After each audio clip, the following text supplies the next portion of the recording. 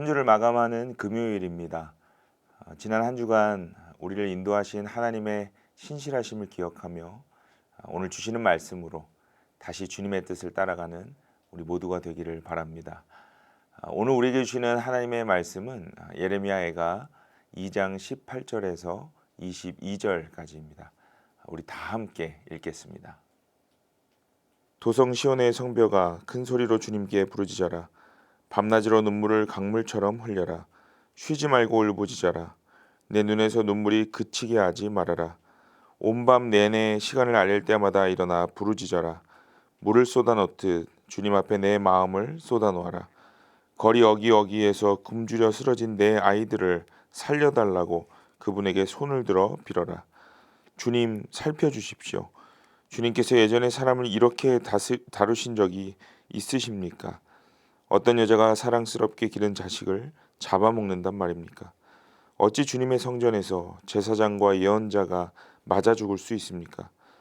젊은이와 늙은이가 길바닥에 쓰러지고 처녀와 총각이 칼에 맞아 넘어집니다. 주님께서 분노하신 날에 그들을 사정없이 베어 죽이셨습니다.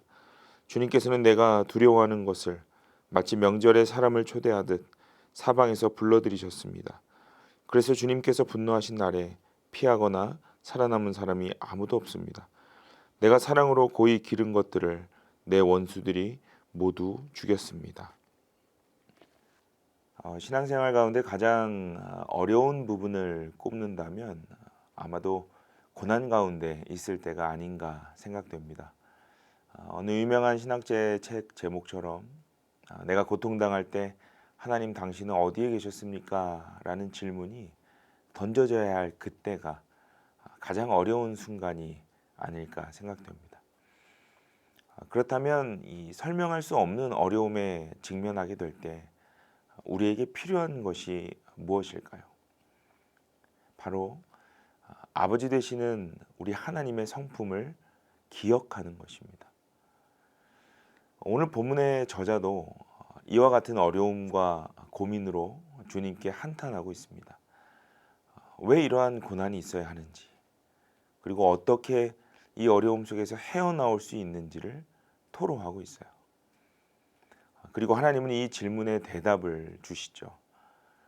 오늘 말씀이 우리 속에 깊이 묵상되어져서 우리에게도 풀리지 않던 많은 일들이 하나님의 뜻으로 분명해질 수 있는 은혜가 있기를 간절히 소망합니다. 오늘 본문은 크게 두 가지 주제로 나뉘어져 있습니다. 먼저 18절과 19절은 저자가 이 유다 백성들에게 외치는 소리죠. 하나님께 간곡히 기도하라는 외침이 이 두 구절 안에 있습니다. 두 번째는 20절에서 마지막 22절까지입니다. 이 저자가 이러한 상황에 대해서 하나님께 직접 질문하며 한탄하는 내용이에요. 사실 이 두 가지 내용은 우리 삶에도 직접적으로 연관되어 있습니다. 오늘 본문은요, 시대만 다를 뿐 우리 일상에서 수없이 겪고 있는 동일한 상황이자 우리들의 고백이 됩니다. 그렇다면 오늘 본문이 어떻게 우리의 상황을 대변해주고 있는지를 자세히 좀 살펴보겠습니다. 먼저 18절입니다. 이 예레미야 애가의 저자는 이 포로로 잡혀와서 이제는 아주 철저하게 무너진 유다 백성들에게 기도해야 한다라고 외치고 있어요. 하나님을 향해 부르짖되 쉬지 말고 울부짖으라라고 외치고 있습니다. 이어지는 19절은 더욱 구체적으로 말하죠. 그냥 기도하는 것이 아니라 밤새 시간마다 일어나서 부르짖고 온몸에 물을 쏟아놓듯 기도해야 한다라고 외치고 있어요. 당시 이 바벨론 군대가 예루살렘 성을 수개월 동안 포위했던 그 상황에서 가장 어려웠던 큰 어려움은 이 물자 보급이 끊긴 것이었습니다. 물과 식량이 떨어진 이 성 안의 백성들은요, 굶주림에 허덕였고 결국은 자기 자식까지도 잡아먹는 아주 비참한 지경까지 이르게 되었습니다. 뿐만 아니었죠.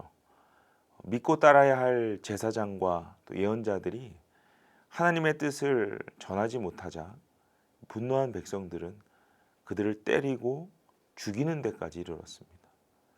총체적 난국이었어요.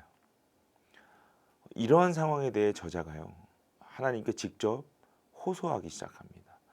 20절부터죠. 저자는 이렇게 간절하게 호소해요. 언제 하나님께서 사람을 이렇게 잔인하게 내버려 두셨냐는 거예요. 또 도대체 언제까지입니까? 라는 절규를 하나님께 드리고 있어요. 여러분, 우리가 계속 이 예레미야 애가를 묵상하고 있지만 이 애가의 전체적인 내용은요, 전반적으로 부정적입니다. 애가를 기록한 이 저자는 매우 부정적인 신학에서 출발해서 애가를 계속 기록하고 있어요.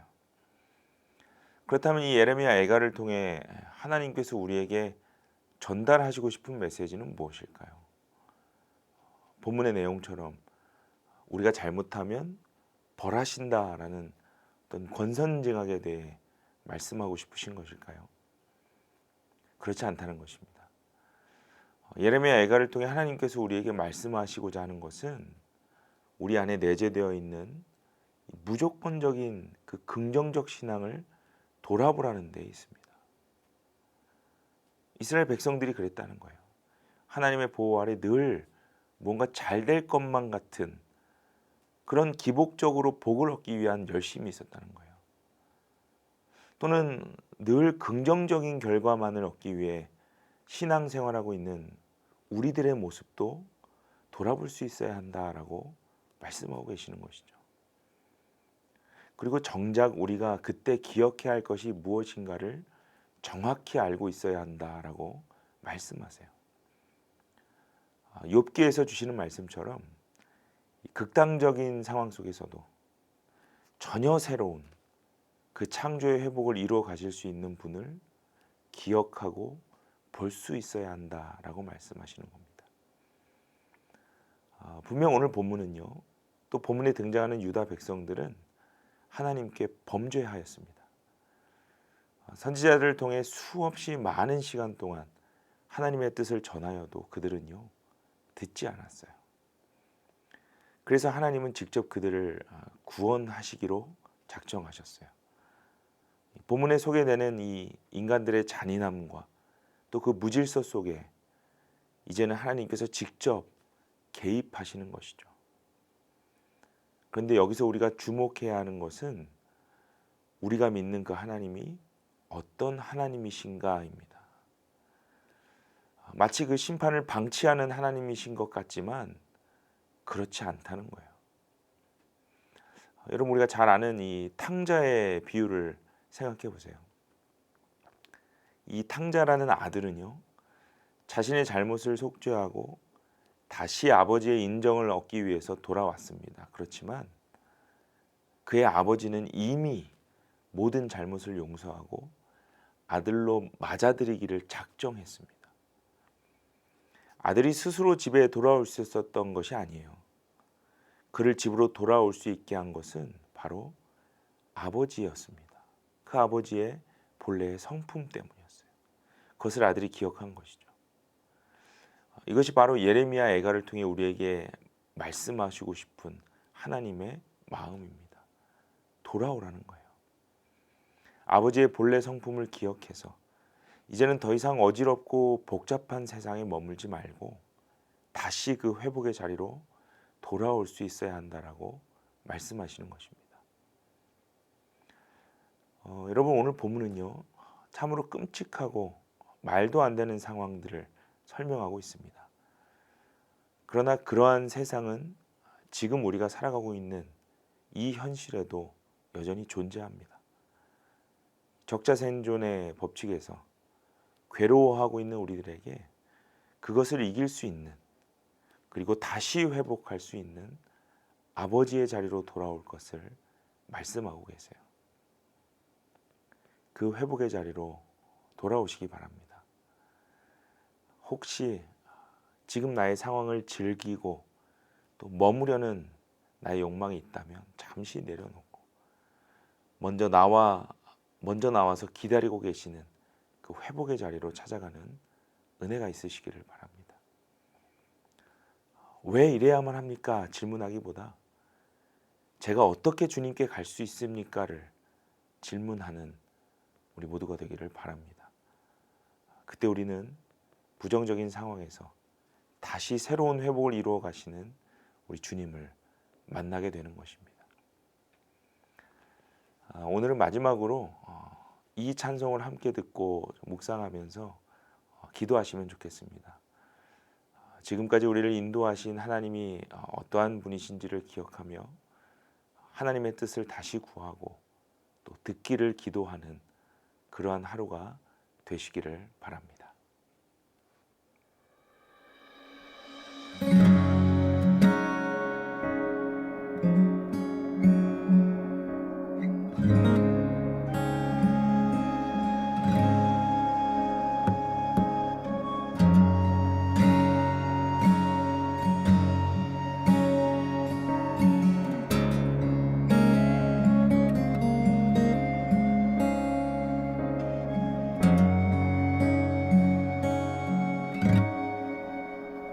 복의 근원 강림하사 찬송하게 하소서. 한량 없이 자비하심 증량할 길 없도다. 천사들의 찬송가로 나를 가르치소서. 구속하신 그 사랑을 항상 찬송합니다.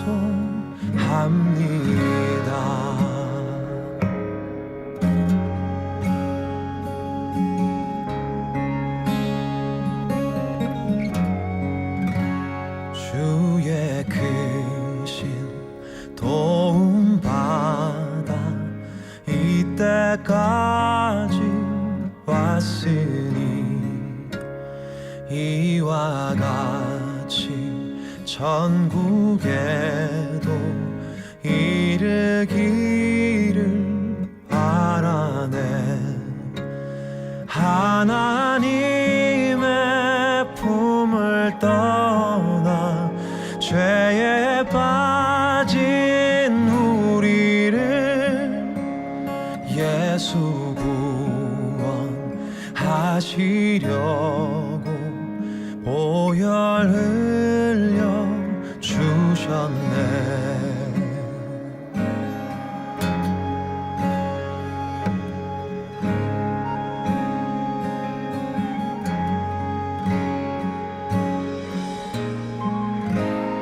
복의 근원 강림하사 찬송하게 하소서.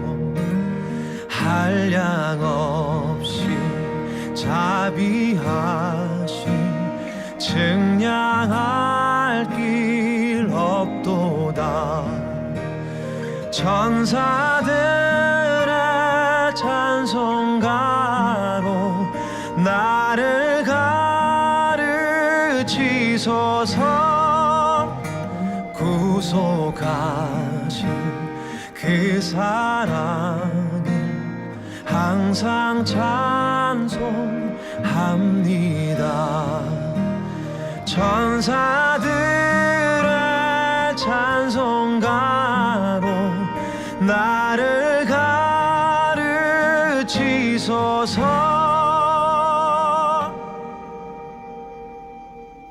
구속하신 그 사랑을 항상 찬송합니다. 구속하신 그 사랑을 항상 찬송합니다.